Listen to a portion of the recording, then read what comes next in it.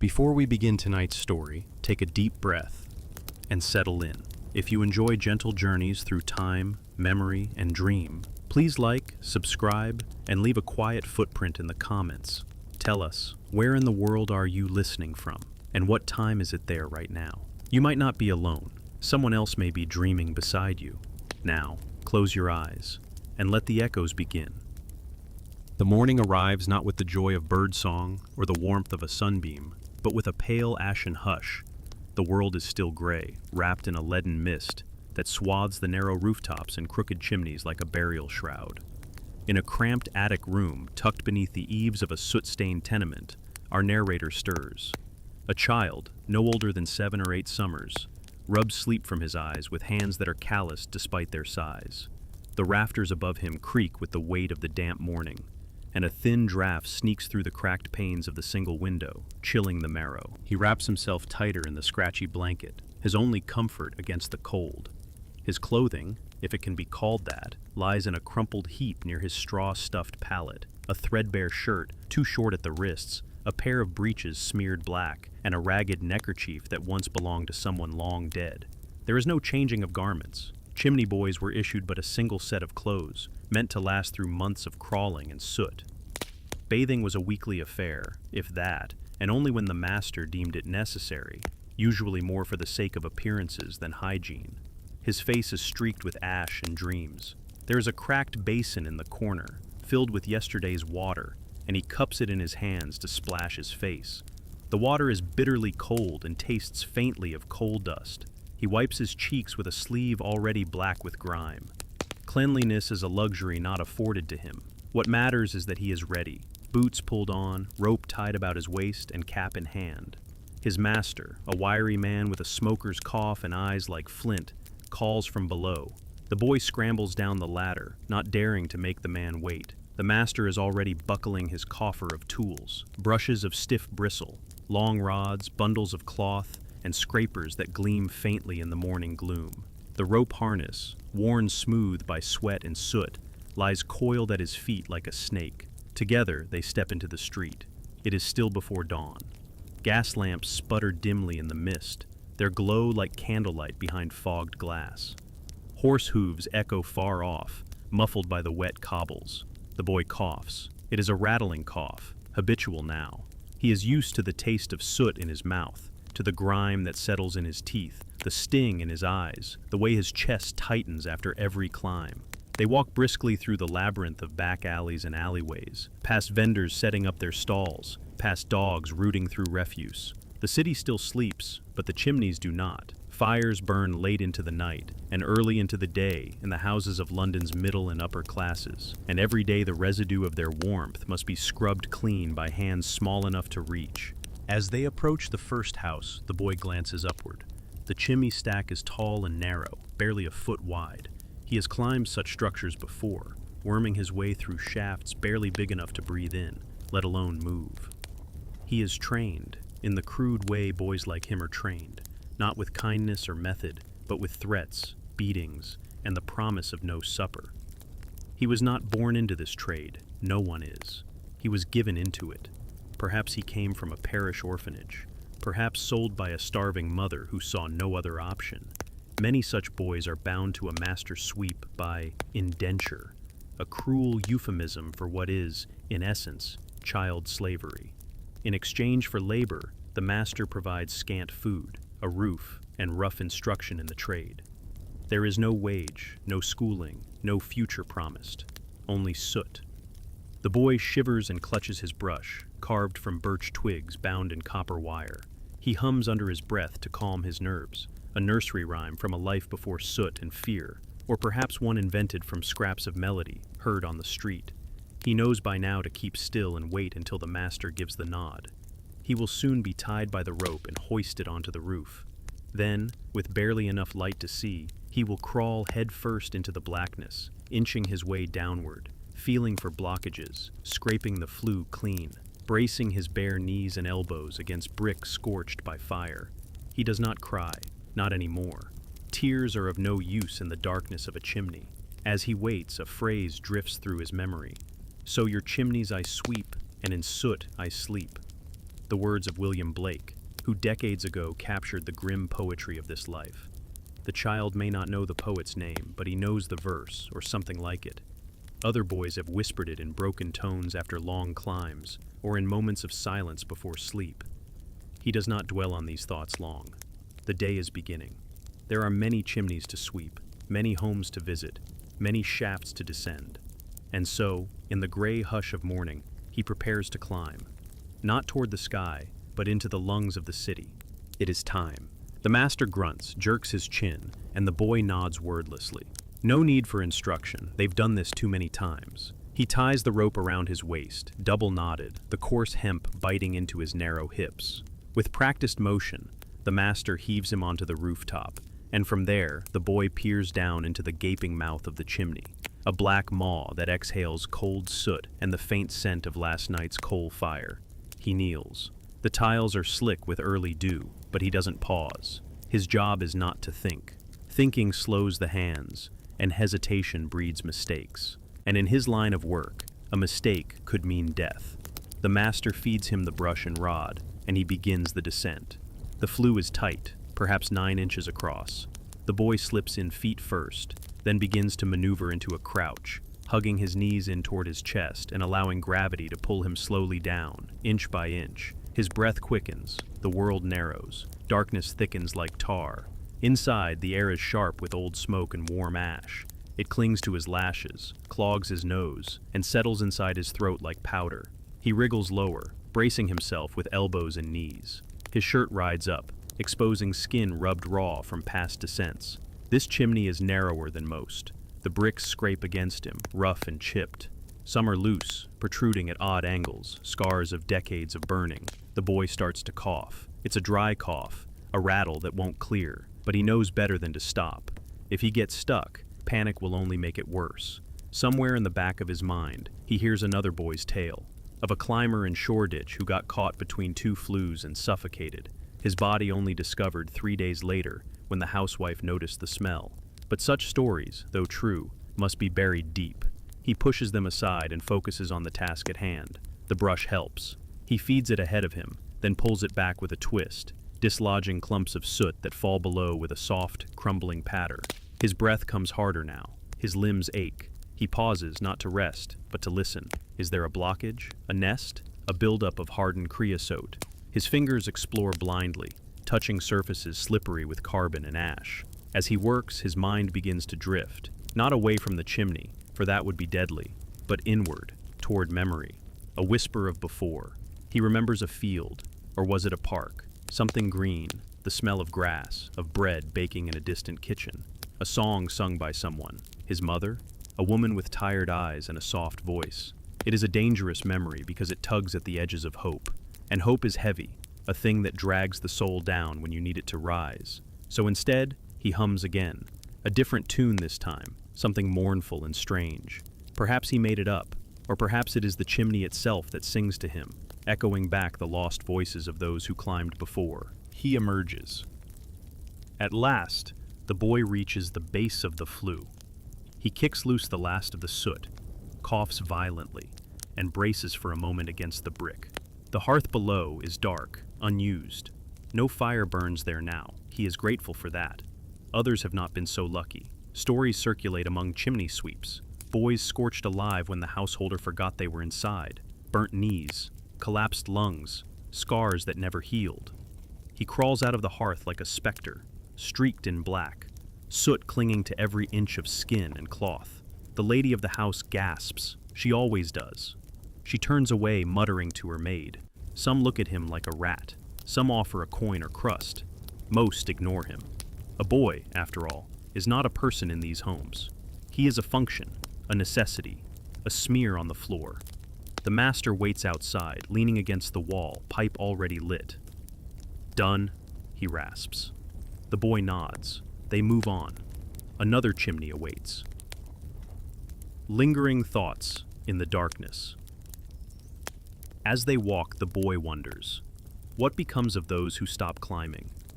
Are they buried with their brushes? Do they return to the soot when their breath runs out? He does not fear death so much as he fears being forgotten.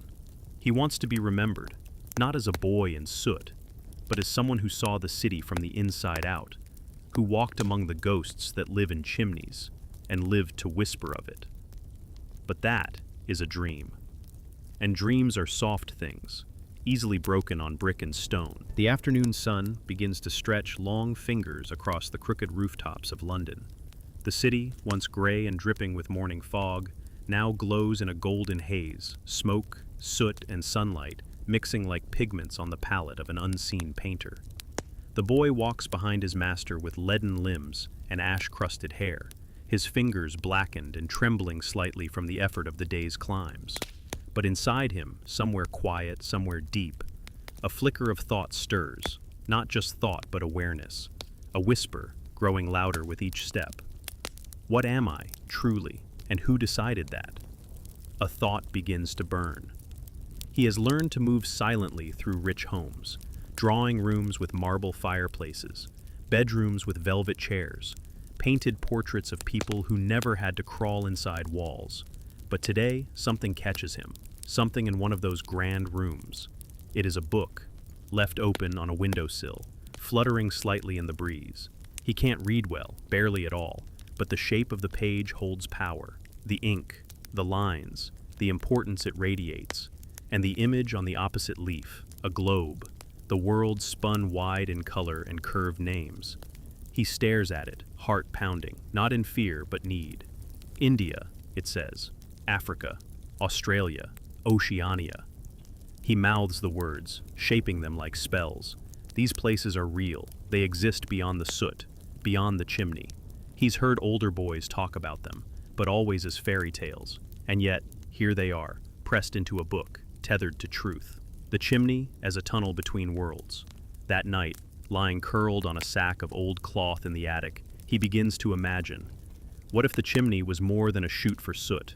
What if it was a doorway, a tunnel between this world and the others, the ones in the books, and the soot, that endless blackness? What if it were stardust, fallen from skies far away? He whispers to himself. What if I could travel without leaving the flue? What if each descent took me not into a hearth, but into someone's dreams? What if the smoke I pass through carries their thoughts, and I can hear them? Listening to the smoke, he begins to pay attention. Next climb, he presses his ear to the cold inner wall of the flue and listens. Beyond the settling soot and the creak of old brick, he begins to hear them. A girl dreaming of a suitor who will rescue her from a life of corsets and etiquette. A banker whispering numbers in his sleep, terrified of loss. A servant praying that tomorrow her master won't raise a hand again. He hears them, not as sounds, but sensations, impressions, truths unspoken in the light. And then, one day, a strange thing happens. As he scrapes along a particularly narrow chimney in Kensington, the world around him shifts. Time stutters. The soot seems to pause mid-air. He blinks, and instead of the tight black walls, he sees a landscape, vast, silver, a horizon shaped like a crescent moon, trees made of iron, the ground glistening like coal dust beneath a starless sky. He gasps, and just like that, it's gone. He tumbles out of the chimney, landing hard. His master calls him clumsy, but the boy says nothing, because what he saw wasn't a dream, it was somewhere else, the birth of the questioner. From that day on, the boy begins to carry the world inside him. He still cleans chimneys, still wakes before dawn, still coughs blood sometimes. But now, he questions. Why are boys made to climb while others sit? What made the rich so clean and the rest of us dirty? Why do adults tell us to work, but never to wonder? His thoughts become companions, his questions, fuel. He begins to think of William Blake again, not just the poem, but the idea. That perhaps, within this grim world, there are angels, or spirits, or minds powerful enough to change things. A glimmer in the hearth. In one fine house, while scrubbing the hearth, he hears music. A child, perhaps his own age, plays a piano in the other room. The melody is slow, melancholic. She doesn't know he's there, covered in soot, listening like a ghost. And as she plays, something within him weeps. Not tears, not sorrow, but a longing so old it doesn't need a name, a longing for more. Through smoke and thought, a new world wakes. The moon hangs low sickly, round, quiet, as our chimney boy returns to his attic with limbs heavy, lungs raw, and fingers scraped to blood.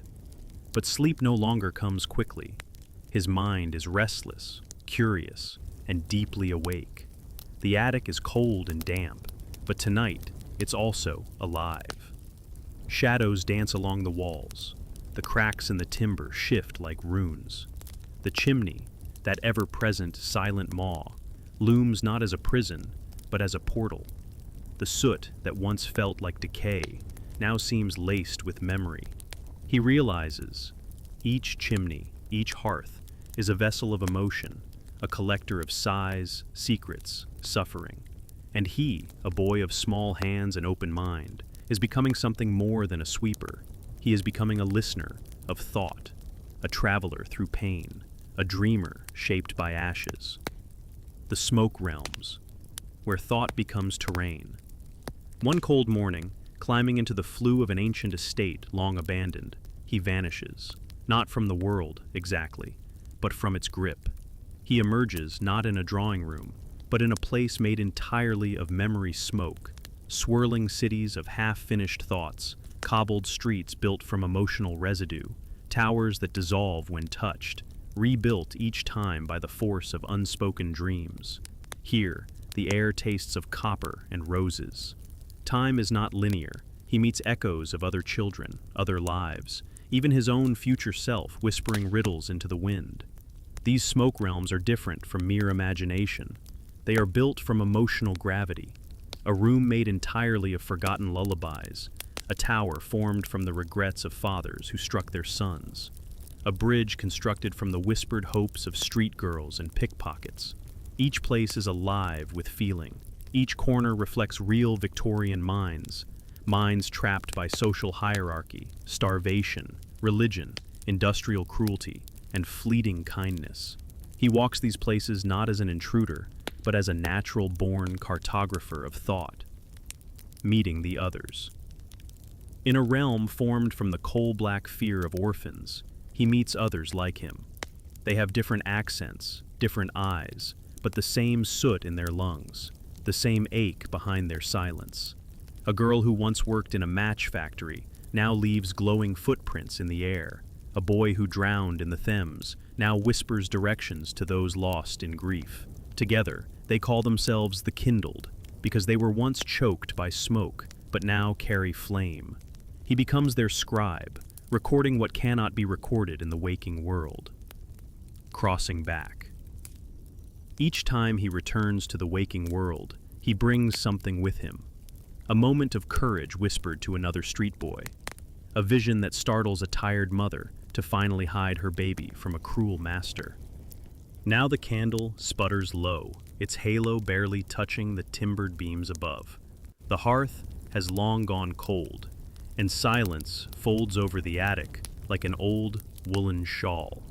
The boy, weary from the soot-cloaked labor of another endless day, curls up beside other small figures, each swaddled in threadbare blankets, stiffened by ash and grime.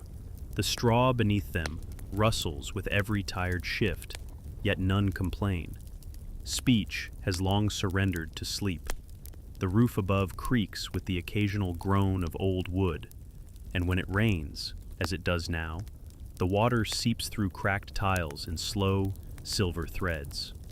It drips in rhythm, a lullaby drawn by gravity and sorrow. This nocturne of droplets taps like soft fingers on the wooden floor, and the sound becomes a cradle for dreams. In this twilight of thought, the boy's mind begins to wander. He is no longer in London. The soot no longer clings to his lungs, nor chalks his breath. In dreams, the narrow chimneys bend and curl upward like stairways made of smoke, becoming clouds, becoming stars, becoming sky. His fingers are not cut or burned. They touch leaves, warm bricks, bread fresh from a mother's oven. He sees her now, this woman made of memory. Her eyes glisten with coal-fire kindness. Her arms wrap round him like the quilts they once shared. She speaks, but it is a language of light, glimpses of comfort, syllables of safety. In this dream, she never sent him away, nor did hunger ever steal their joy. Sometimes, these visions shift, as dreams do. He imagines Lord Shaftesbury, a name he barely understands, but one whispered reverently among boys when they think no master hears. A tall man with deep eyes, speaking in Parliament of mercy and law and children too small for soot. Perhaps, in this night's slumber, he dreams of George Brewster, the boy whose death stirred England's conscience. He does not see the tragedy, but he knows what came after, the insistence, the rallying cry, the promise. No child shall be sent into a flue again. In this dream, the law is not cruel. It holds him like a father might, and it lifts the brush from his hand. The attic breathes a rhythm now, the steady inhale and exhale of sleeping lungs, the sighing timbre of the wind threading through mortar and chimney pots. Somewhere far off, a dog barks once, then silence. Bells chime faintly from a church tower across the river, muffled by fog and distance. His face is turned to the rafters, cheeks pinked by warmth that does not exist, but is believed. His hands are relaxed, finally. On his lashes, tiny flecks of soot still rest, but beneath them, the eyes flicker, alive in dream. He is soot and starlight. It is just before dawn again, but this morning something has shifted. The darkness no longer looms, it listens. There is a stillness in the air that does not belong to London's iron rhythms, nor to the choking plumes of coal that rise as though mourning into the waking sky. The boy stirs, not with dread, but with a soft, fragile anticipation. His mind is still half dreaming, tethered to the shadow-light world he visited in sleep.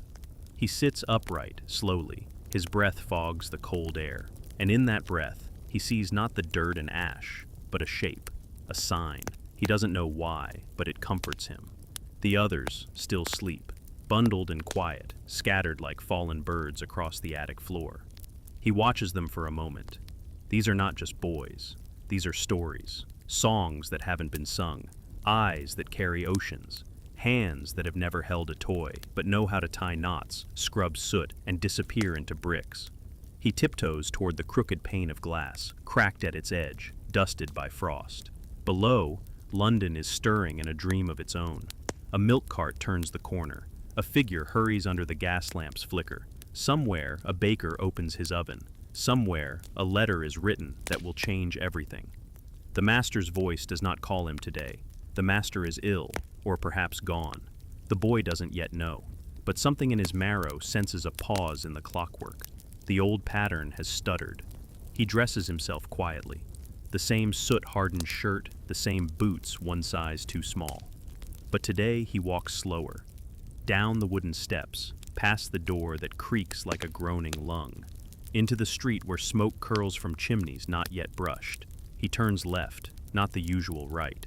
A dangerous decision, or perhaps the only true decision he has ever made. As he walks, he hears the voices again, not from the street, but within. Echoes of songs, fragments of poems, the words of his mother, the laughter of a boy who once played by the Thames, before the cold took his father and hunger took his fate.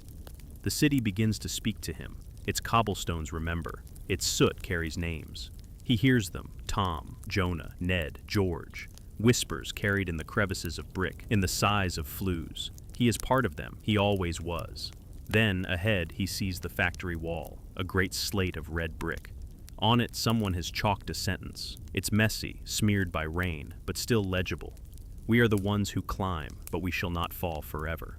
He stops, stares, feels the earth beneath him tilt. In that moment, he understands. Someone has spoken for him. Perhaps another boy, perhaps a woman, perhaps a lawmaker with a soft voice and a fierce pen. But whoever it was, they saw him, not as soot, not as labor, but as a soul. He places his palm against the brick. It is cold, rough, but in its chill, he feels the fever of change. Overhead, a chimney coughs once and falls silent. The smoke does not rise. Instead, a gust of wind sweeps it sideways, toward the river, toward the awakening world. He walks on, no longer toward duty, but toward something unnamed. Toward the whisper that has lived in his bones all along. The days no longer bleed together like ink in the rain. Something has begun to shift, not just in the air, not merely in his chest, but in the very bones of the city. It is spring, or so the trees say.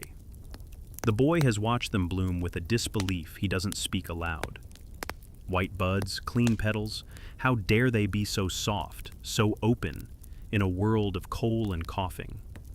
He wakes now to the sound of words, not commands. Newspapers flutter on stands, their ink fresh and bold. Parliament debates the use of children in flues. Outcry stirs in churches and courts. A name floats through the morning mist. Lord Shaftesbury. And though the boy does not know this man, his name carries warmth, like bread left on a doorstep. The master mutters about it, says the law won't change anything, says boys have always been small enough to reach the smoke. You don't fix what feeds you, he grumbles, tugging his coat tighter. But the boy hears different whispers now, quiet, trembling ones passed from orphan to orphan. They're going to stop it. They say it's cruel. They say no one under 10. They say we are children. Children. The word feels too round, too soft. He mouths it silently in the attic, like a spell. Child. Child. Me. His reflection in the cracked mirror looks no different.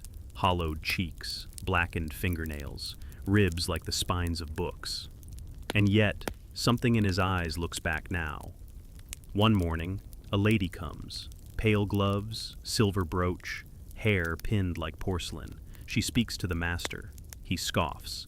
She kneels to look the boy in the face. He flinches. But she says nothing cruel, just reaches into her bag and gives him a pencil, a real one, wooden, sharpened. His fingers tremble as they hold it. That night, he draws on the floorboards. Not soot, not flues, not rats, but the street lamp on the corner, and the blossom he saw, and the letter C for child. Down the hall, someone coughs. It is deep, wet. The boy has seen that cough take others, but he keeps drawing. Because tomorrow may bring another whisper, another sentence in ink, another step towards something the master can no longer name. The law is still tangled in Parliament, loopholes wide enough to fall through, but the tide is shifting. The ash has begun to tell the truth, and beneath it, the boy can feel the law waking. Not quickly, not cleanly, but waking. And for the first time, when he lies down on the attic floor, he does not pray for escape, he prays for change. And that is the most dangerous prayer of all. The soot no longer stings the same. There's still smoke, still weight in the lungs, but something unseen dances between the bricks. Possibility. Perhaps it's the stories the older boys have started to tell. Perhaps it's just the wind playing tricks. But the chimneys have begun to whisper back. One morning, clinging to the rim of a rooftop, the boy pauses. Not from fatigue, though it's always there, but because he sees it, a single bird nesting on a crossbeam above. Blue breast, feathers twitching like ink spilled on sky. She looks down at him, not in fear, but in stillness. He wonders if she has a name. If birds tell stories to their young. If her eggs will hatch to a world without boys like him inside walls. Back in the alley, the older boys talk of machines, brushes on long poles, new contraptions being tested in rich parts of the city. No boy needed, one says. No lungs torn open. No knees scraped red. The younger ones don't believe it, but the older ones hope it, and that's more dangerous. At night, they lie shoulder to shoulder on straw beds and whisper things they cannot say aloud during the day. What if we ran away? What if we went to sea? What if we weren't chimney sweeps? What if we were... And here, the boy doesn't even say the word. He just holds the pencil he was given in Act 7, as though its wood remembers. And in his half-sleep, the dreams change. He is not crawling through blackened pipes. He is not gasping for breath in narrow walls. He is standing in a house, not outside of it, not on its roof, but inside, at a table, with warm bread and a letter in his hand. He cannot read it, but he knows it's his name. The chimneys creak in the wind as they always have. But now, the boy swears he hears it. Not a groan, not a moan, but laughter. Old bricks laughing. because they know they're becoming obsolete. The soot is not eternal. Even grime can be washed clean.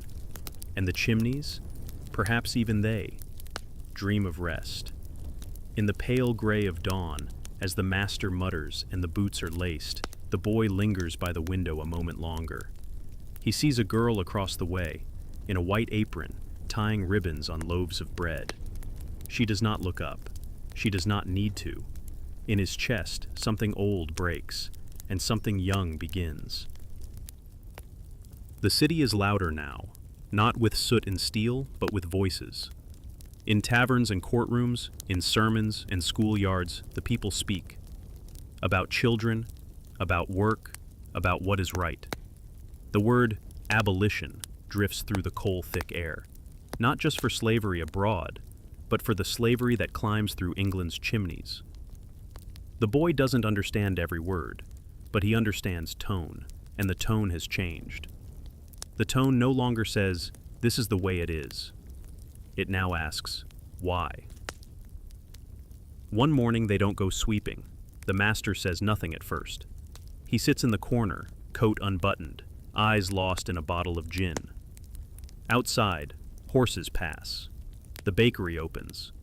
But the brush stays in the coffer untouched. The boy waits and waits. "Go outside if you're so eager," the man finally mutters, not with anger, but exhaustion. "Ain't no flu today. House got a machine." The boy stares. He opens the door slowly, as though sunlight might bite. But it doesn't. It's warm. Warm. And in that brightness, the city feels foreign, not because it's changed, but because he has. He walks without a master, past shop windows that once reflected his hollow self, past churches whose bells once rang like warnings, past factories filled with children no older than he. He sees their hands, their spines, their gazes, and he knows the war is not over. It has only shifted its front. But he does not run. He pauses at a courtyard where other boys sweep up horse droppings.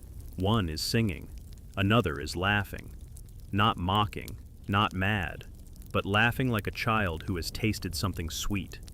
The boy sits beside a fence post and pulls from his shirt the stub of a pencil. It's dull now, worn to almost nothing. He looks at it, then at a broken brick nearby. And slowly, shakily, he writes one word. Tom. His name.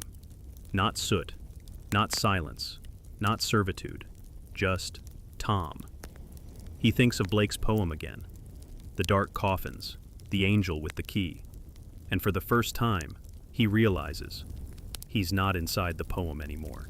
He's standing beyond it.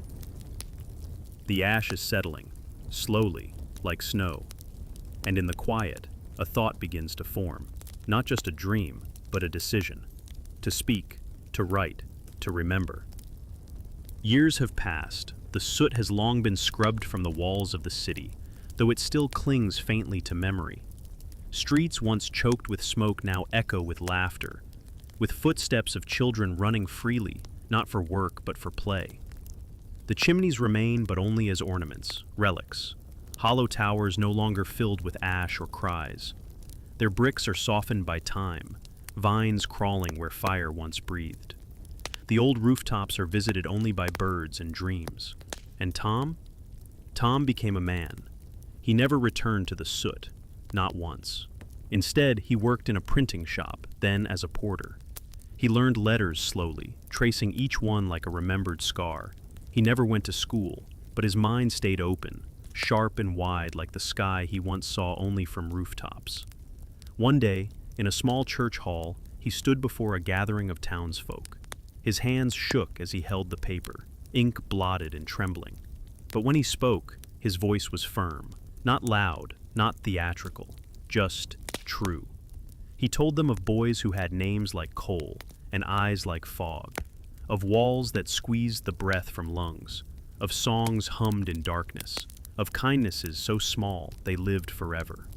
He told them that freedom does not always come with a trumpet, but sometimes in silence, when a door is left open and no one calls you back. And the people listened. Some cried, some clapped, Some went home changed, others simply remembered. Tom never became famous, he never published books, but in a dusty corner of the church, beneath a plaque that once read only, "For the children," a new line was carved in humble script. He spoke for those who could not.